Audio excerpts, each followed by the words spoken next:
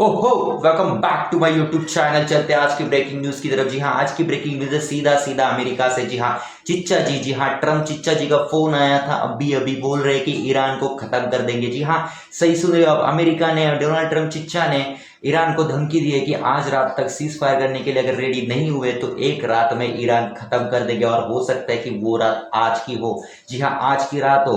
तो Donald Trump ने सीधा सीधा बोल दिया है कि सीज फायर करना है, लेकिन ईरान भी अपनी जगह पे अड़ गया है।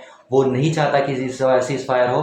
तो आपको क्या लगता है? क्योंकि मुझे तो सीधा सीधा लगता है, मैं चिच्चा जी को एक ही बात बोलूंगा, चिच्चा जी और चिच्चा, पूरी दुनिया ने देख लिया कि ईरान ने तुम्हें आड़े हाथ ले लिया है। तो ये जो तुम धमकी दे रहे हो कि एक रात में खत्म कर देंगे, कुछ नहीं होने वाला।